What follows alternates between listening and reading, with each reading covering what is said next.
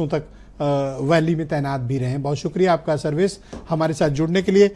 इस तरह की जब घटनाएं होती हैं तो ऑपरेशनल तौर पर हमारी पैरामिलिट्री फोर्सेस या मिलिट्री फोर्सेस कितना तैयार होती हैं?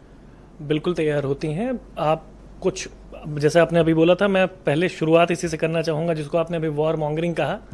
This nation now calls for a war, और वो उसका कारण बताता हूँ मैं आपको। फोर्सेस तैयार होती हैं, लेकिन अभी जिन तीन बहुत बड़ा वर्ड है। मैं चाहता हूं कि आप लोग उसको गंभीरता से बिल्कुल गंभीरता से कह रहा हूँ। मैं जो एंकर, मेरा ये दायित्व है कि आपको प्रिकॉशन, आपको कॉशन करूं। Please wait, service go ahead. मैं बिल्कुल अपनी बात को पूरी गंभीरता से कह रहा हूँ, क्योंकि अभी गंभीरता से लिए जाने की जरूरत है इसको हर स्तर पे। हमें अभी जिन चीजों की जरूरत है वो है, पहली चीज है डिटरेंस, जो कम होता दिख रहा है। और ये मैं इसलिए कह रहा हूं कि हाँ, टूरिस्ट पे पहली बार हुआ है ऐसा कि पहली बार टूरिस्ट पे अटैक हुआ है। उसका सबसे ज्यादा नुकसान भी कश्मीर को होगा, और ये सब जानते हैं कि उनका टूरिज्म ही सबसे बड़ा जरिया है कमाई का, तो सबसे ज्यादा उनको नुकसान होगा। जिसके नाते वो खड़े भी हैं, आपके साथ खड़े हैं, देश के साथ खड़े हैं, और वो भी यही चाहते हैं जो हम कह रहे हैं। डिटरेंस में कमी मैं इसलिए कह रहा हूं कि इस तरह की घटना पहली बार नहीं हुई है। ये जानने की जरूरत है देश को कि इसी तरह की घटना 20 मार्च 2000 को छत्ती सिंहपुरा अनंतनाग जिले में ही एक गांव है जहां हुआ था, जहां 35 से ज्यादा सिख समुदाय के लोगों को मार दिया गया था। और तब भी पाकिस्तान लश्कर तौबा का ही काम था वो, और वो इसीलिए किया गया था कि वो जो हमारा सांप्रदायिक सौहार्द है उसको छेड़ा जा सके। तब के गृह मंत्री श्री लाल कृष्ण आडवाणी ने एक्स्ट्रा सिक्योरिटी देने की बात की थी सिख समुदाय ने मना कर दिया था कि हमारे यहाँ हमें इसकी जरूरत नहीं है। और आज तक वहां सब कुछ ठीक चल रहा है, सिख और मुसलमानों के बीच, हिंदुओं के बीच।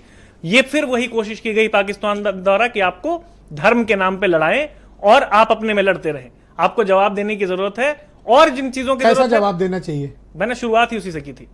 दूसरी चीज, फुल फ्लेज वार चाहते हैं एकदम। अगर अब आप इसका मीनिंग समझते हैं? मैं बिल्कुल, आप तो रह के आए, मैं बिल्कुल समझता हूं, और मैं उनसे ज्यादा कन्वेंशनल वार का मतलब समझते हैं जब दो देश मैं बिल्कुल समझता हूं। मैं अब दूसरी बात, जो सबसे गंभीर विषय ये है कि हमें और जरूरत है अपने आत्मावलोकन की, इंट्रोस्पेक्शन की।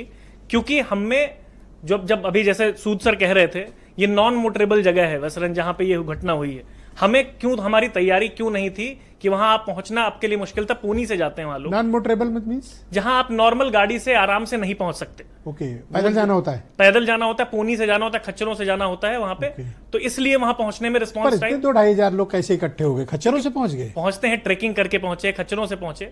और वो यही मुद्दा है। आप पहले से क्यों, दो तरह की होती है फील्डिंग क्रिकेट अगर समझते हो लोग तो। एक होती है कैप्टन जो पुराना जानता है कि सामने वाली टीम कैसी है, बैट्समैन कैसा है, उसके हिसाब से पहले से स्ट्रेटेजिक फील्डिंग सेट करता है। दूसरी होती है आप हर घटना के हिसाब से फील्डिंग सेट करते रहे।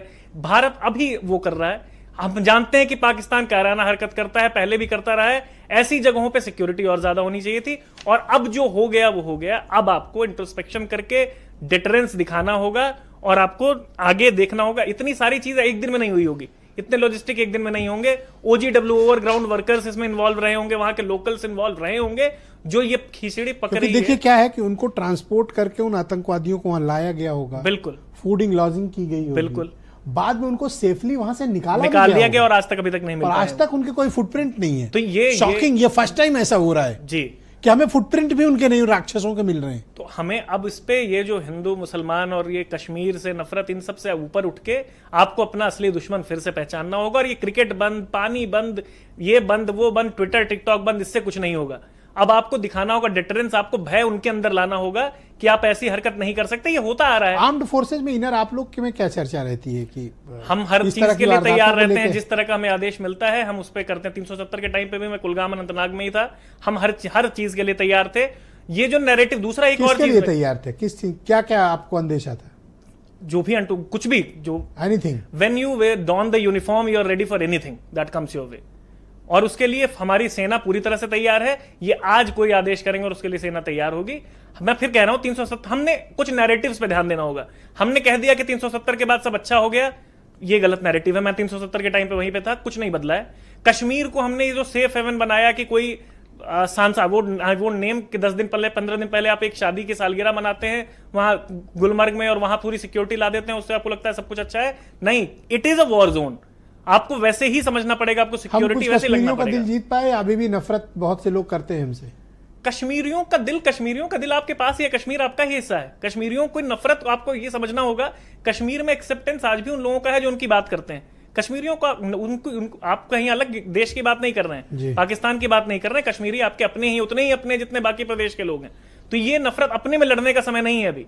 उनका सबसे ज्यादा नुकसान है, उनकी रोजी रोटी, विश्वास मानिए उनकी रोजी रोटी खत्म हुई है। कन्वेंशनल वार को की पैरवी करते हैं। मैं ये कह रहा हूं कि ये अब नैरेटिव्स और कॉमिक्स की कहानियों की जरूरत नहीं है, एक्शन, अब एक्शन चाहिए, और वो एक्शन दिखना चाहिए, कहानियां नहीं, एक्शन दिखना चाहिए। ऑलराइट, शुक्रिया आपका बहनों भाइयों।